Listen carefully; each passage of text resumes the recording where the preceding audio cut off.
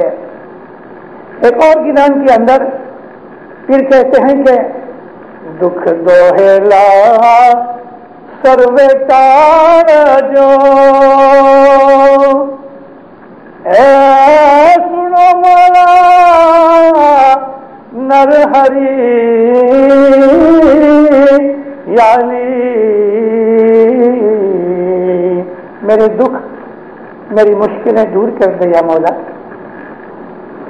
ہم اپنی 3 وقت کی جب دعا پڑھتے ہیں تو تیسرے پارٹ میں ہم عرض کرتے ہیں خدا تعالیٰ کے حضور میں رسول اللہ کے توسط سے، توسل عند المصائب بمولاکم الحاضر الموجود۔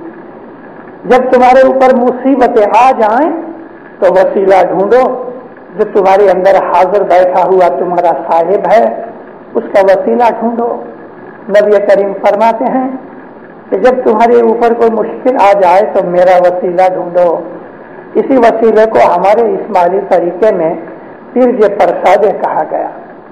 پیر کی طفیل، پرسادے کہتے ہیں وسیلے کو کہ یا مولا پیر کے کارن سے، بیکاز آف پیر، فار دی سیک آف پیر، ہمارے گناہ بخش دے، ہمیں معاف کر دے۔ انسان کی زندگی، عرض کی میں نے آپ سے کہ دکھوں سے بھری ہے، مشکلیں اور پرابلمس ہیں۔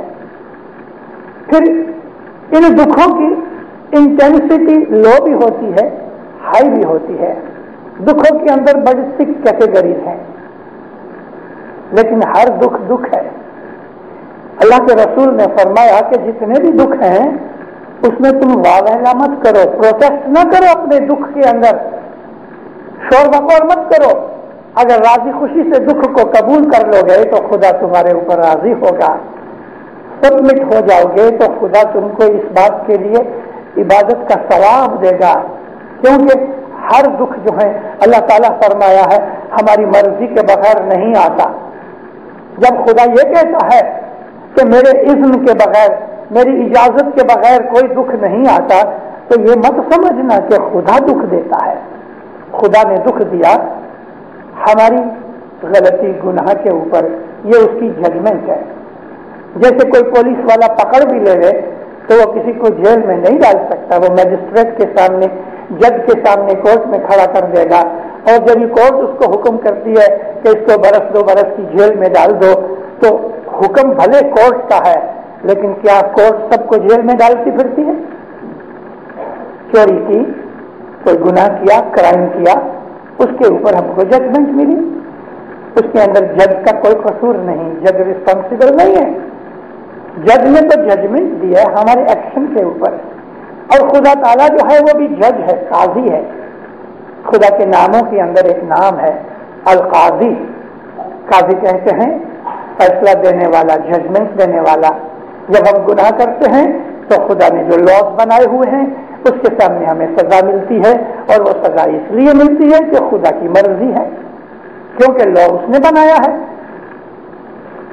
اب ہم کو چھوٹے چھوٹے جتنے بھی دکھ نکلتے ہیں، میں نے آپ کو عرض کی کہ دکھوں کے اندر بہت سی کیٹیگری ہیں۔ معمولی معمولی دکھ ہیں، ہر دکھ چاہے چھوٹا ہوئے چاہے بڑا ہوئے، دکھ کو سہن کرنے سے، دکھ کو قبول کرنے سے، راضی خوشی سے ایکسپٹ کرنے سے، ایک تو پہلی چیز یہ بنتی ہے کہ دکھ کی انٹینسٹی جو ہے نا وہ گھٹ جاتی ہے۔ دوسری یہ بات ہوتی ہے کہ خدا خوش ہوتا ہے کہ میں نے اس کو سزا دی اور اس نے کوئی پروٹیسٹ نہیں کیا۔ اس لیے خدا تعالیٰ جب دکھ دیتا ہے، یعنی ہمارے گناہوں کے کارن سے سزا دیتا ہے، تو اس سے ہمارے گناہ معاف ہوتے ہیں۔ رسول اکرم صلی اللہ علیہ وسلم اپنے ایک صحابی کو ملنے کے لیے گئے، وہ بخار سے یعنی فیور کے اندر کانپ رہا تھا۔ نبی اس کے پاس گئے، اس کے سینے پہ ہاتھ رکھا، فرمایا اے انس، بخار سے گناہ معاف ہوتے ہیں۔ فیور آیا، دکھ تکلیف ہوئی، بھوک مٹ گئی، کھا نہیں سکتے، نیند نہیں کر سکتے اس کے زور سے، اللہ فرماتے ہیں دکھ میری مرضی کے بغیر نہیں آتے، اور خدا کی مرضی سے دکھ اس لیے آتے ہیں کہ خدا فرمایا ہر دکھ میں تمہارا خود کا ہاتھ ہے، یعنی تم رسپانسبل ہو۔ تو اللہ کے رسول نے فرمایا ہے انس، بخار سے گناہ معاف ہوتے ہیں، مطلب کہ بیماری سے، دکھ سے، جو کچھ بھی ہمیں تکلیف ملتی ہے اس سے ہمارے گناہ بخشے جاتے ہیں۔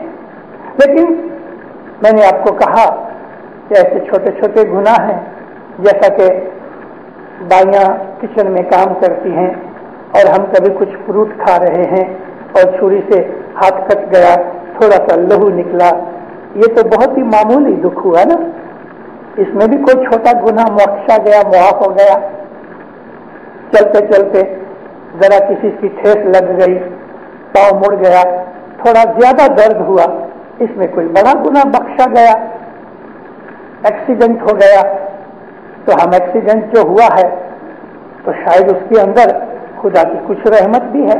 بعض ایسے دکھ ہیں کہ جو دکھ ہماری کرتوت اور اعمال کی وجہ سے ہوتے ہیں، لیکن کچھ ایسے دکھ ہیں بہت تھوڑے کوانٹٹی میں لیکن کوالٹی میں بہت بڑے، ایسے دکھ بھی ہوتے ہیں کہ خدا تعالیٰ کوئی بہت بڑا دکھ بھیجنے والا ہے، لیکن کسی نے دعا مانگی یا اس نے خود نے دعا مانگی، معافی مانگی، کچھ نیکی کا کام کیا، کسی کی مدد کی اور اس نے دعا کی، تو یہ سب چیزیں اکٹھی ہوتی ہیں اور وہ روحانیت سے جو گزر گئی ہیں، جیسے کہ میرے ماں باپ گزر گئے، میرے دادا دادی گزر گئے، وہ زمین کے اوپر دیکھ رہے ہیں۔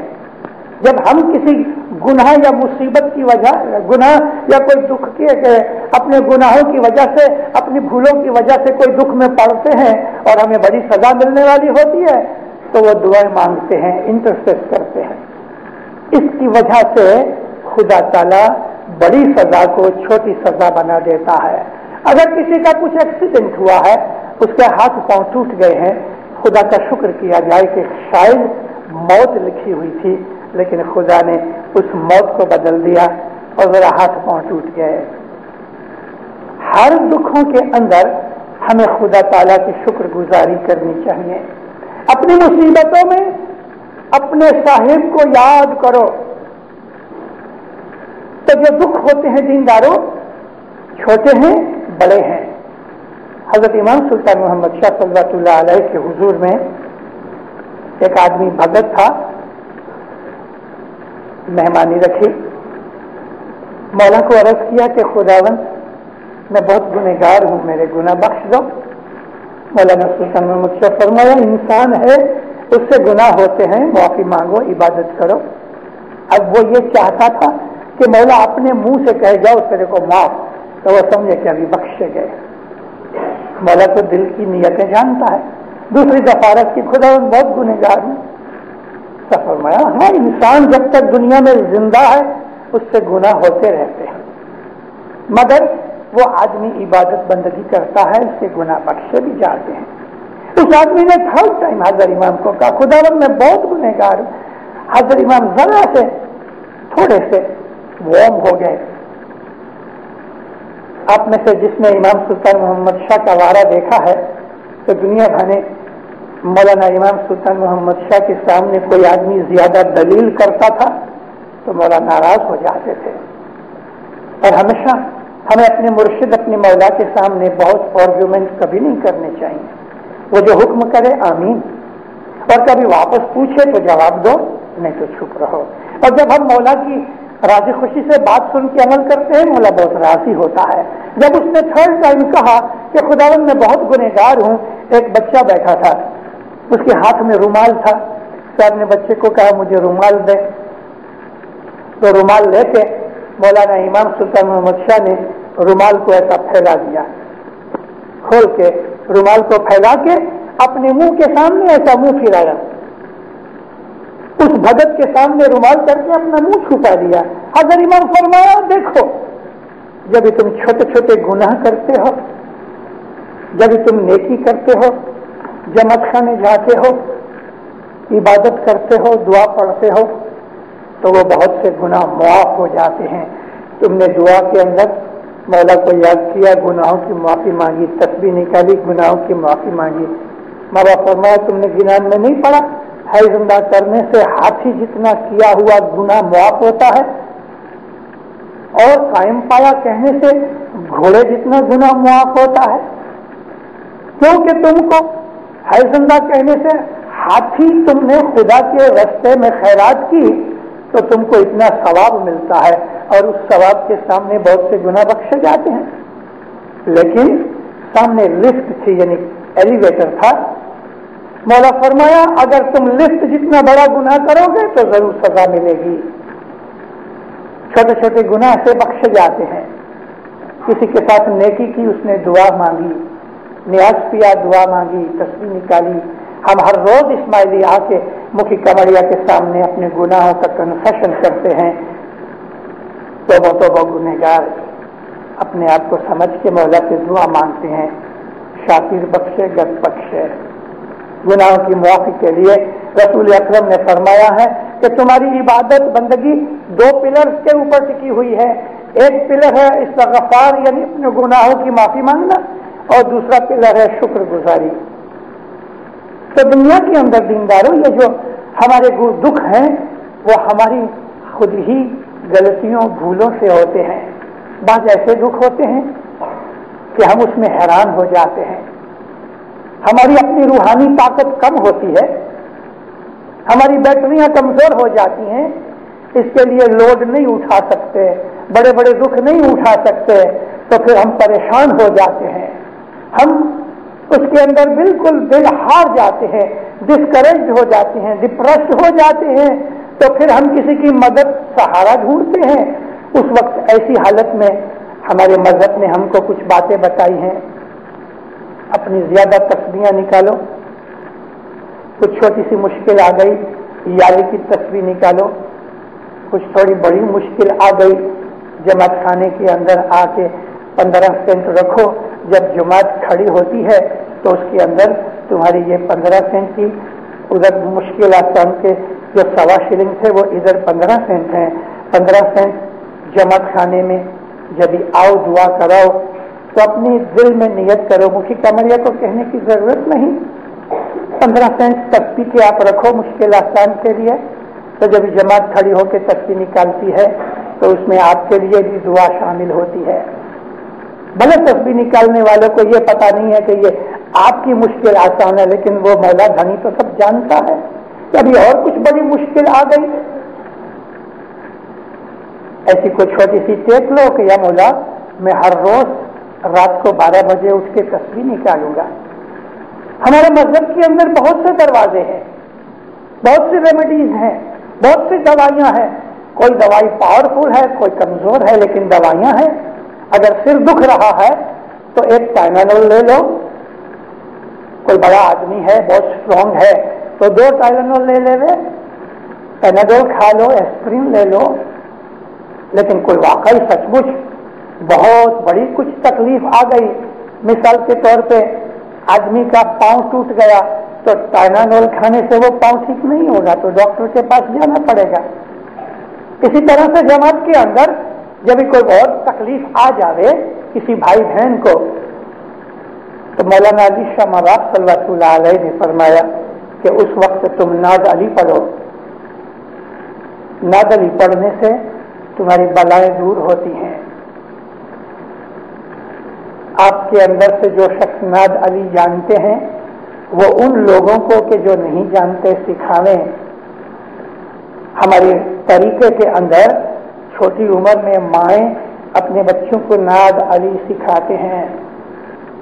ناد علی مظہر العجائب سجدہ او نلکا فی النوائب کل ہم وغم سینجلی بولاتک یا علیو یا علیو یا علی.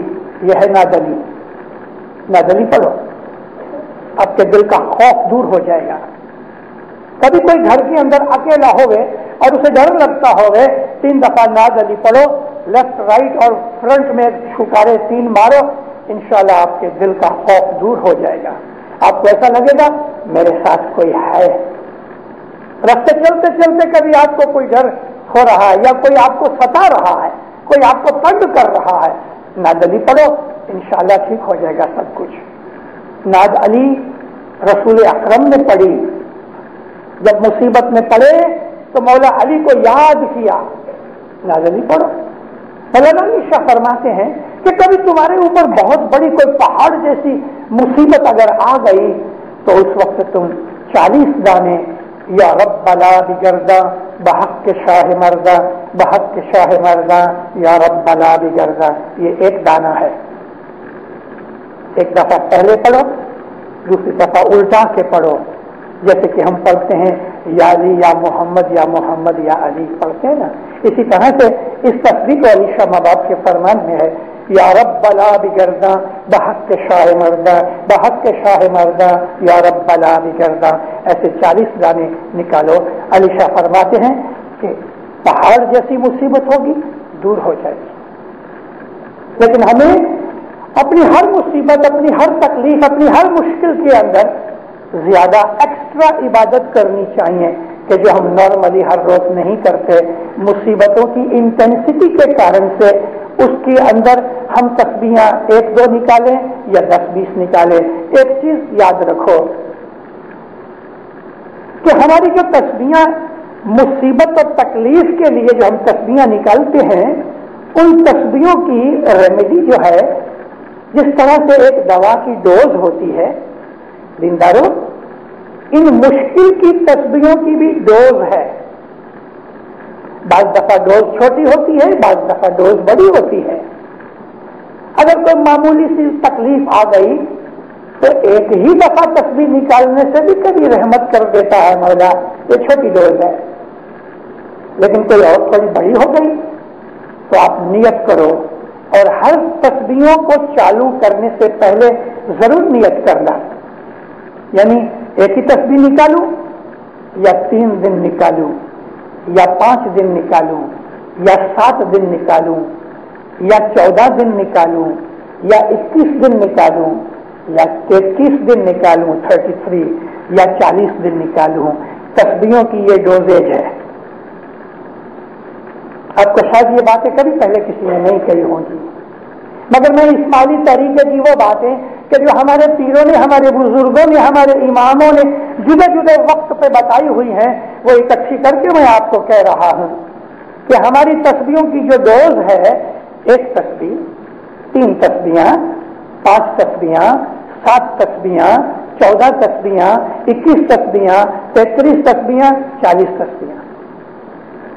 مثال کے طور پہ خدا نہ کرے کوئی بہت بڑی تکلیف آ گئی ہے، کسی کو کہنا بھی نہیں چاہتے، اندر اندر جلتے ہو، تو اس وقت یا رب بلا بگردہ کی 40 دن کی تسبیح جو امام حسن علی شاہ ماباپ نے فرمایا ہے، آپ نیت کرو، یا مولا تیرے فرمان سے میں یہ 40 دن کی تسبیح نکالتا ہوں۔ 20-22 دن کے بعد آپ کی مشکل دفع ہو گئی، آپ خوش ہو گئے، مگر ٹھہرو، باقی کے دن بھی پورے کرنا۔ آپ نے 40 دن کی تسبیح کا جو آپ نے ذمہ لیا ہے، وظیفہ کرنے کے لیے آپ نے جو اپنے دل میں طے کیا ہے، 22 دن میں آپ کی مصیبت دور ہو گئی، لیکن 18 دن باقی تسبیحاں نکالنا، اور اگر آپ بھول جاؤ گے تو آپ نے خداوند عالمین کے ساتھ کیے ہوئے وعدے کو پورا نہیں کیا۔ ہو سکتا ہے ان 18 تسبیحاں پوری نہ کرنے کے کارن سے کوئی اور چھوٹی موٹی تکلیف آ جائے، اس کے لیے کبھی آپ نے 3 دن کا اپنے من کے اندر یہ طے کیا ہے کہ میں 3 دن کروں گا، 5 دن کروں گا، اور دوسرے دن تکلیف دور ہو گئی تو بھی 3 دن پورے کرو، تو بھی 5 دن پورے کرو، 7 دن پورے کرو۔ جتنے دنوں کی آپ نے ٹیک لی ہے، اس ٹیک کو ہمارے مذہب کے اندر ایک اور نام دیا گیا ہے جو ہم اپنے جماعت خانوں کے اندر لگاتے ہیں۔ میں اس کے اشارہ کرتا ہوں ستارے کی طرف۔ میں بتاتا ہوں آپ کو ستارہ کیا چیز ہے۔ ایک ستارہ وہ ہے کہ جیسے میں خود اندر طور پہ اپنے گھر میں تسبیحاں نکال کے 3 دن، 5 دن، 7 دن، 14 دن، 21 دن، 33 دن کے 40 دن نکال رہا ہوں، لیکن ایسے بھی باتیں آتی ہیں لائف کے اندر کہ جب وہ ایسی چیز بنتی ہے کہ بیانڈ میرے کنٹرول ہے، میں بہت تھک گیا ہوں، میں نے 40 دن تسبیحاں نکالی پھر بھی میری مصیبت دور نہیں ہوئی، تو کیا کروں؟ تو پھر ہمارے پیر کہتے ہیں آؤ جماعت کے اندر ہاتھ جوڑ کے مکھی کے سامنے کھڑے رہو، مکھی باپا میرے اوپر بہت تکلیف آئی، بلا آئی، عبادتیں کی ہیں، تسبیحاں نکالی ہیں، چلے کیے ہیں، وظیفے کیے ہیں، منتیں مانی ہیں، پھر بھی میری مصیبت نہیں گئی۔ کوئی بات نہیں، کیا مصیبت ہے؟ فلانی مصیبت۔ اگر مکھی صاحب کو لگتا ہے کہ یہ مصیبت دین کے فنڈامنٹل پرنسپلز کے خلاف نہیں، مذہب کے جو قاعدے ہیں اس کے خلاف نہیں، اور یہ ایک ایسی چیز ہے کہ جس کے اندر اس کی مدد کرنی چاہیے، تو مکھی صاحب اس کا ستارہ قبول کرتے ہیں اور تسبیح نکالتے ہیں۔ تسبیح کرو ستارے جی استھاپنا جی۔ وہ پہلا دن نہیں ہے ستارے کا، ہر ستارے سے پہلے 1 دن پہلے تسبیح نکلنی چاہیے، جماعت کو اعلان ہونا چاہیے، اناؤنسمنٹ ہونی چاہیے۔ اس آدمی کا نام دینے کی ضرورت نہیں، لیکن ستارے کے استھاپنا کی تسبیح مکھی صاحب کو نکالنی چاہیے۔ دوسرے دن سے پہلی رات ہوتی ہے ستارے کی، یعنی جس دن تسبیح نکلی وہ تو خالی اسٹیبلش کرنے کے لیے ہے۔ خدا تعالیٰ کی کورٹ کے اندر ہم عاجزی بھیجتے ہیں کہ یا مولا اس کی مشکل دور کر، اور 7 دن جماعت کھڑے ہو کے اس کے لیے اسپیشل تسبیح نکالتی ہے، اور اس آدمی کا فرض ہے کہ وہ اور اس کی ساری فیملی جن کے اوپر آفت آئی ہے ہر روز جماعت خانے دعا سے پہلے پہنچیں اور اپنے گھر سے کچھ نہ کچھ پکا کے شاہ پیر کی مہمانی کے طور پہ لے کے آویں، خصوصاً طور پہ کوئی میٹھی چیز۔ انشاءاللہ ستارہ جو ہے اس کی مصیبت کو دور کر دیتا ہے۔ مولانا سلطان محمد شاہ نے ستارے کے لیے فرمایا کہ یہ ایٹم بم ہے، ستارہ جو ہے وہ ایٹم بم ہے، ستارے میں بہت طاقت ہے، لیکن ہم نے ایک بکری کو مارنے کے لیے ایٹم بم یوز کرنا شروع کر دیا. ایک بکری کبھی لکڑی مارو گے تو مر جائے گی, اس کو بندوق مارنے کی بھی, ریوالور سے مارنے کی ضرورت نہیں, چھری سے بھی مار سکتے ہیں, لیکن ہم بکری مارنے کے لیے ایٹم بم یوز کریں. اور وہ یہ ہے کہ معمولی معمولی باتوں کے لیے ہم ستارے ڈالتے ہیں. اور 10-12 سال سے نیروبی سے ایک اور ایسی شرارت شروع ہوئی. میں اس لیے جان بوجھ کے نام دیتا ہوں کہ میرا یہ میسج نیروبی والوں کو ملے کہ ابو علی نے وعظوں میں ہمارا نام لیا ہے. یہ چیز نیروبی سے یہ بدت شروع ہوئی. ایک مفتی صاحب کے پاس آدمی آیا, ہوا یہ کہ اس کے اوپر کچھ پولیس کیس ہوا. مفتی صاحب کے پاس آیا گھبرایا ہوا, مفتی صاحب مجھے ستارہ ڈالنا. مفتی صاحب بولے جماعت میں ستارہ چالو ہے, ہماری یہ ریت ہے, کبھی جماعت کے اندر ایک ستارہ چالو ہے اس کے درمیان 7 دنوں میں دوسرا ستارہ شامل نہیں ہو سکتا جب تک کہ وہ پورا نہ ہو جائے. اگر اس کے 5 دن ہو گئے ہیں تو اس آدمی کو بولو 2 دن اور ٹھہرے, 7ویں دن ستارہ وہ پورا ہو جاوے تو پھر مکھی صاحب تسبیح نکالیں, اللہ میرا آوتی کال ستارے جی استھاپنا جی تسبیح کڈو, اور دوسرے دن یعنی 9ویں دن یا 8ویں دن اس کا ستارہ چالو ہو گئے. 2 ستارے ایٹ اے ٹائم نہیں پڑتے. اور یہ بھی نہیں ہوگا کہ 10 آدمی مل کے اپنی اپنی نیت کا ایک ہی ستارہ ڈالے, وہ بھی نہیں. ایک ستارہ ایک ہی ویکتی کی طرف سے ہو سکتا ہے. 1905 کے اندر مولانا امام سلطان محمد شاہ صلوات اللہ علیہ کی ایک کزن بہن تھی, اس کا نام تھا حاجی بی بی. مولا کے چاچا کی لڑکی تھی اور اس کی شادی آغا مچل شاہ کے ساتھ ہوئی تھی, وہ دوسرے چاچا کا لڑکا تھا. مولانا حسن علی شاہ ماں باپ جب ہندوستان میں آئے تھے تو ان کے ساتھ ان کی ساری فیملی آئی تھی. فیملیوں کے اندر جو نوکر چاکر تھے وہ بھی آئے تھے, اور فیملی کے جو دوسرے رشتے دار تھے وہ بھی آئے تھے. ایسے 2000 آدمی 2000 سالہ مولانا حسن علی شاہ ماں باپ کے ساتھ انڈیا میں آیا تھا. ادھر رہے, بڑے پھلے پھولے, اور امام ان کو کھانا پینا دیتا تھا, پاکٹ خرچ دیتا تھا. برسوں تک چلتا رہا. حسن علی شاہ ماں باپ, علی شاہ ماں باپ, امام سلطان محمد شاہ ماں باپ کے وارث کے اندر بھی یہ چیز چلتی رہی. لیکن جب امام سلطان محمد شاہ نے دیکھا کہ آج لگ بھگ گئے 50 برس کے اندر یہ آغا زادے یعنی حسن علی شاہ ماں باپ کی اولاد, ان کی اولاد, ان کی اولاد, ان کے نوکر چاکر, ان کے رشتے دار, سگے کٹمبی وغیرہ جو ہیں وہ سب کے سب کام کاج کچھ نہیں کرتے, آغا زادے ہیں, پرنسز ہیں, کھانا پینا ملتا ہے 4 دفعہ, پاکٹ خرچ ملتا ہے. تو اس میں سے بہت سے نے شراب پینی شروع کر دی, جگار کھیلنی شروع کر دی, فن فطور کرنے شروع کر دیے. 3 یا 4 پیڑھی کی بات کرتا ہوں. مولانا امام سلطان محمد شاہ نے کامڑیا حاجی اور میرے گریٹ گرانڈ فادر وارث امیر علی امیر چند کو فرمان کیا کہ تم دونوں مل کے یہ جو کچن ہے بند کراؤ اور سب کی پگاریں لگا دو. پھوڑ رہے خود اپنے کرایہ دینے, اپنا کھائیں پیئیں, حضرت امام کے اوپر نہیں. تو یہ 2000 2500 بلکہ 3000 آدمیوں کا, کیونکہ بچے بھی ہوئے بڑھتے گئے, تو ان سب کا یہ کارخانہ بند کر دیا گیا. جب یہ بند کر دیا گیا تو ان میں بہت سے لوگوں نے گڑبڑیں کی, کچھ خون بھی ہوئے. یہ لمبی ہسٹری کسی وقت آپ کو پڑھنی ہے تو حاجی بی بی کے کیس کو پڑھو تو آپ کو پتہ لگے. خیر, حاجی بی بی نے اور اس کے شوہر مچل شاہ نے امام سلطان محمد شاہ کے اوپر ایک کیس کیا کہ تیرا دادا اور ہمارا دادا ایک ہے, حسن علی شاہ. اس لیے جماعت میں جو کچھ بھی یہ کارسازی اور آوک ہوتی ہے, یعنی دسوند, مہمانی, دعا, شفا, یہ تمام کارسازی کے اندر ہمارا حق ہے, تم ہم کو ہمارا حق دو. یہ کیس حاجی بی بی کے نام سے چلا. 1905 میں داخل ہوا, 1908 میں اس کا چقادہ آیا. 3 برس تک یہ کیس چلا.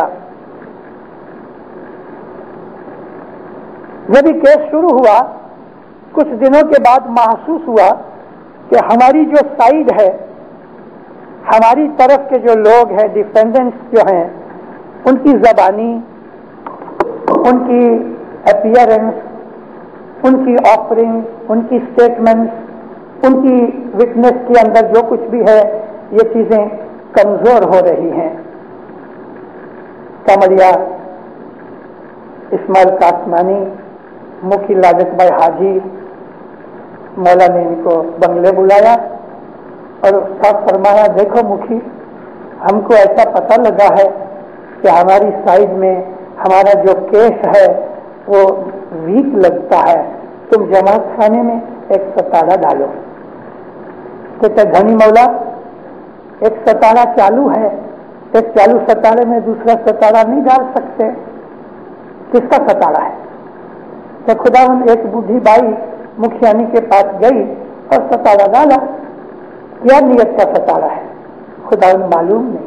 ماں باپ فرمایا، دیکھو مکھی، کوئی بھی آدمی ستارہ ڈالنے آ رہے، اس کی نیت پوچھو، اس کی تکلیف پوچھو، پھر تم کو لگے کہ یہ ستارہ ڈالنے جیسی واقعی بہت سیریس چیز ہے تو قبول کرو، نہیں تو ریجیکٹ کرو، پوچھو۔ بھلے خدا گھر آیا، مکھیانی کو پوچھا، کہتی مکھیانی بولی مجھے معلوم نہیں کہ کیا نیت کا ستارہ ہے۔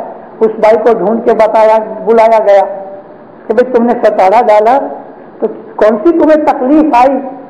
تو کہتی ہے مکھی بابا، حاجی بی بی نے میرے کو پیسے دیے ہیں کہ تم جماعت خانے میں ستارہ ڈالو، میں نے اس کی نیت سے ستارہ ڈالا ہے، اور جماعت تک بھی نکال دی ہے کہ یا مولا ستارہ ڈالنے والے کی تکلیف دور کر، ستارہ ڈالنے والے کی مشکل دور کر، ستارہ ڈالنے والے کی مدد کر۔ یعنی ہم اپنے مذہب کے اندر اپنے مذہب کے دشمن کے لیے دعا مانگ رہے ہیں۔ حاجی بی بی نے اپنے امام کے اوپر کیس کیا اور جماعت کھڑے ہو کے اس حاجی بی بی کی لیے مدد کی دعائیں مانگ رہی ہے۔ جب امام کو پتہ لگا تو امام بہت ناراض ہوئے، ایسا فرمایا بند کرو ایسے ستارے کو۔ کیوں؟